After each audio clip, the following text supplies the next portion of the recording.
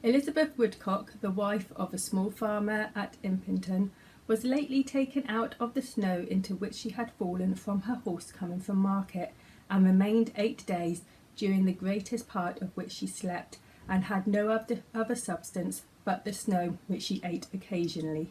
Wonders, wonders. Hello and welcome. So today's video is going to be about Elizabeth Woodcock, who miraculously survived being buried in the snow for 8 days in the 1700s. It was winter 1799, the 2nd of February to be exact. 44-year-old Elizabeth Woodcock was travelling back to her home in Impington from the market in Cambridge, when she decided to stop off at the 3 Tons pub for a gin. It was slightly snowing when she had arrived at the pub, and when she left a blizzard had started, but Elizabeth decided to carry on home regardless. Elizabeth managed to travel 4 miles before her horse got spooked by some lightning and threw her off and bolted.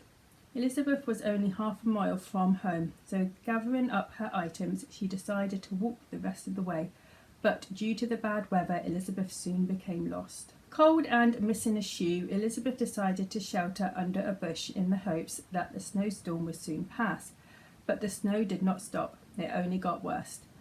Exhausted, Elizabeth fell asleep under the bush, and while she was sleeping the snow covered her and the bush by 6 feet. The bush acted as a protective cave around her. When Elizabeth woke, she found that she was trapped. Her legs were buried by the snow, so she could not move. Using her hands, she managed to make a hole in the snow so she could breathe. Her basket of food that she had brought from the market was just out of reach, so Elizabeth ate the snow that surrounded her to survive. While in her snow prison, Elizabeth could hear the bells from the nearby churches in Impington, Hilton and Chesterton. She could hear the villagers passing by where she was, but was unable to let them know she was there. Elizabeth then had an idea. She broke off a stick from the bush, attached her handkerchief to it and poked it through the snow. She then waited for someone to see her sign and come rescue her. Sort of luckily for Elizabeth, she had an almanac and some brandy and snuff on her, so wasn't too bored while she waited for rescue. But rescue took a long time coming. It wasn't until 8 days later that her hanky on a stick was seen by Mr. Munchie, who was either a farmer or a parish clerk. Mr. Munchie was walking along the road between Impington and Cambridge when he saw a stick poking out from the snow with a handkerchief on the end. Approaching the strange sight, he was shocked to hear a woman's voice coming from a pile of snow. He peered into the hole that the hanky on the stick came out of and saw Elizabeth inside. He called over John Sittle, a shepherd, to help. When Elizabeth heard the shepherd's voice, she immediately recognised it and called out to him for help. Mr. Munchie was sent for help and to find Elizabeth's husband. Elizabeth's husband Daniel and others had been frantically searching for her, but after 4 days with no sign of Elizabeth, Daniel was sure she was dead. Once she had been saved from the snow cave, Elizabeth was taken back to her home. A doctor was called who came and examined Elizabeth. She had severe frostbite on her feet and toes and gangrene had set in.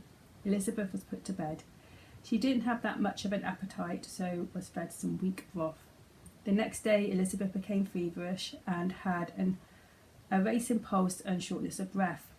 The toes in her frostbitten feet were removed on the 17th of March, and by the 17th of April her health was starting to improve and her appetite returning.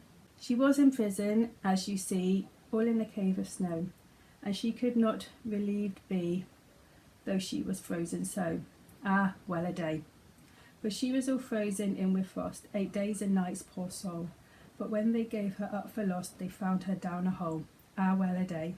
So, of course, the local and national press learned about Elizabeth surviving against all odds, and she became somewhat of a local celebrity. Many well-wishers turned up at her home with presents for her.